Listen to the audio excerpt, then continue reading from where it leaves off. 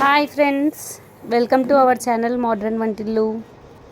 ఈరోజు మన రెసిపీ వచ్చేసి ఎగ్లెస్ కప్ కేక్స్ చేసుకుందాము. ఇప్పుడు ప్రాసెస్ స్టార్ట్ చేద్దాం. ముందుగా ఒక వెడల్పాటి గిన్నె తీసుకొని అందులో సాల్ట్ వేసి ప్రీహీట్ చేసుకోవాలి ఒక 10 మినిట్స్. అంతలోపు మనం బ్యాటర్ ప్రిపేర్ చేసుకోవచ్చు. బేస్కి ఇసుక అన్న వేసుకోవచ్చు, ఉప్పు అన్న కూడా వేసుకోవచ్చు. ఇప్పుడు కేక్ మిక్స్ ప్రిపేర్ చేద్దాం. ముందుగా ఒక కప్పు మైదా పిండి తీసుకోవాలి, హాఫ్ కప్ షుగర్ పౌడర్ తీసుకోవాలి. ఇప్పుడు ఒక మిక్సింగ్ బౌల్లో కప్పు మైదా పిండిని జల్లించుకోవాలి.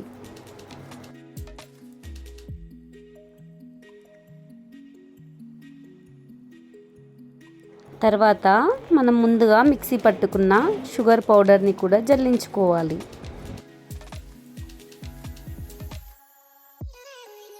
నెక్స్ట్ అందులో పావు స్పూన్ బేకింగ్ సోడా వేసుకోవాలి, అదే వంట soda. Next half spoon baking powder వేసుకోవాలి. తర్వాత 1.5 స్పూన్ కోకో పౌడర్ వేసుకోవాలి. కేక్ చాక్లెట్ ఫ్లేవర్లో ఇష్టం ఉన్న వాళ్ళు కోకో పౌడర్ వేసుకోవాలి, లేదంటే లేకపోయినా నడుస్తుంది. నెక్స్ట్ ఫ్లేవర్ కోసం కొద్దిగా వెనిలా ఎసెన్స్ వేసుకోవాలి.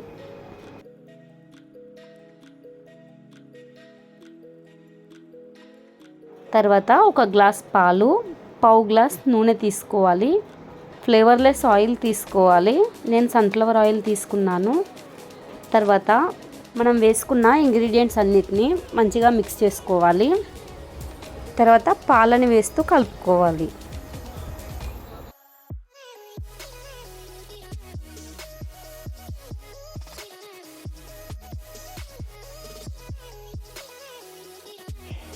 నెక్స్ట్ అందులో మనం ముందుగా తీసుకున్న పావు గ్లాస్ ఆయిల్ని కూడా వేసుకొని కలుపుకోవాలి. కంపల్సరీగా అందరూ ట్రై చేసి చూడండి, పర్ఫెక్ట్గా వస్తుంది. బయట నుంచి తెచ్చి పెట్టడం కంటే పిల్లలకి మనం ఇంట్లోనే సులువుగా ప్రిపేర్ చేసి పెట్టవచ్చు. బ్యాటర్ మొత్తాన్ని కట్ అండ్ ఫోల్డ్ మెథడ్లో కలుపుకోవాలి. ఇలా కలపటం వల్ల కేక్ అనేది స్పాంజీగా వస్తుంది. నాకు కొద్దిగా పాలు తక్కువ అనిపించాయి, అందుకే మరొక 2 స్పూన్స్ మిల్క్ యాడ్ చేసి కలుపుకుంటున్నాను. ఒకవేళ ఇంట్లో బేకింగ్ పౌడర్ లేనట్లయితే బేకింగ్ పౌడర్ ప్లేస్లో ఈనో వేసుకోవచ్చు. ఈనో వేసినా కూడా కేక్ స్పాంజీగా వస్తుంది. బ్యాటర్ అనేది ఇలా రావాలి.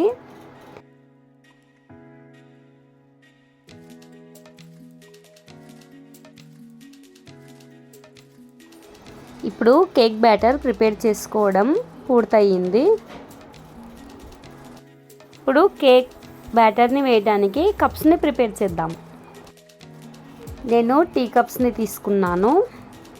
ముందుగా అన్నిట్లో కొద్దిగా ఆయిల్ వేసుకొని గ్రీస్ చేసుకోవాలి.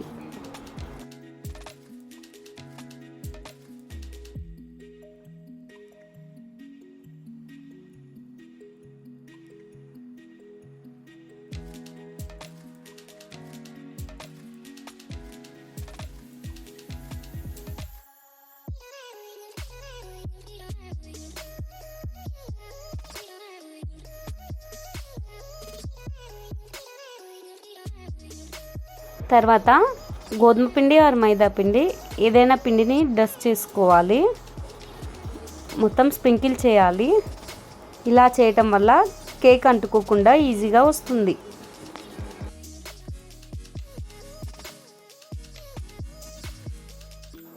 ఇప్పుడు టీ కప్స్కి ఆయిల్ అండ్ ఫ్లోర్ అప్లై చేయటం పూర్తయింది. ఇప్పుడు కేక్ బ్యాటర్ని ఇందులో వేసుకుందాం. 3/4 భాగం వచ్చే వరకు వేసుకోవాలి, కప్పు నిండా వేసుకోకూడదు, మొత్తం పొంగి బయటికి వస్తుంది.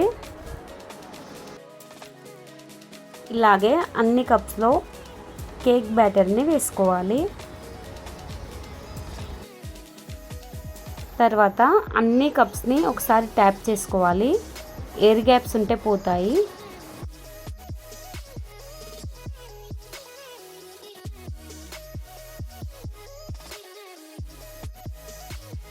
ఇప్పుడు కప్ కేక్స్ పైన కాజు ముక్కల్ని వేసుకోవాలి. కప్ కేక్స్ చూడటానికి చాలా మంచిగా అనిపిస్తాయి ఇలా వేయటం వల్ల.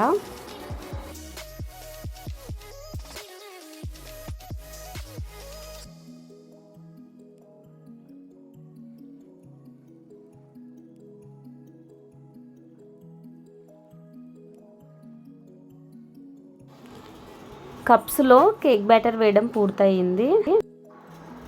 ఇప్పుడు ముందుగా మనం ప్రీహీట్ చేసుకున్న గిన్నె కూడా హీట్ అయిపోయింది. ఇప్పుడు మన కప్స్ అన్నింటినీ అందులో అమర్చుకోవాలి.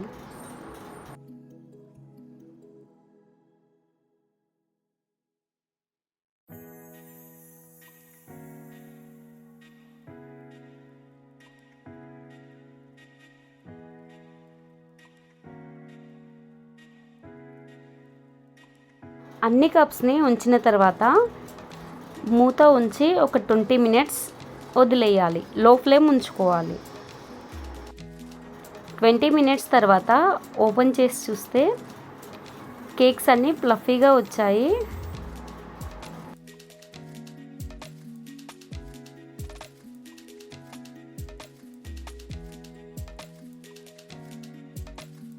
ఇప్పుడు కేక్ బేక్ అయ్యిందో లేదో చూద్దాం. ఇలా నైఫ్ గుచ్చి చూస్తే ఇట్లా క్లీన్గా రావాలి. ఇలా అయితే కేక్ లోపల వరకు బేక్ అయినట్లు. 10 మినిట్స్ అలానే వదిలేయాలి. కేక్ కొద్దిగా చల్లారిన తర్వాత అంచుల వెంబడి నైఫ్తో లూజ్ చేయాలి. కేక్ ఈజీగా బయటకు వచ్చేస్తుంది. చూసారా కప్ కేక్స్ కప్ నుంచి ఎంత ఈజీగా వచ్చేసిందో. అలాగే అన్ని కప్స్ నుంచి కేక్ని బయటకు తీసుకోవాలి.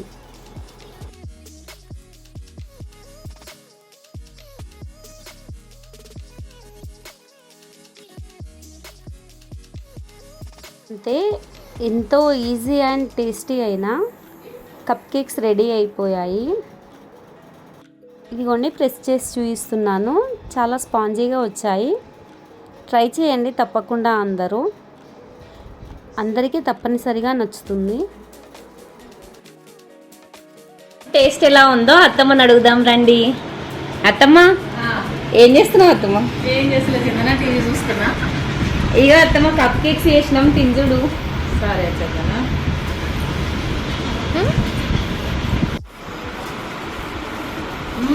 బాగుంది. మా ఇంట్లో అందరికీ కప్ కేక్స్ ఎంతగానో నచ్చాయి. మీరు కూడా ట్రై చేయండి. Thanks for watching.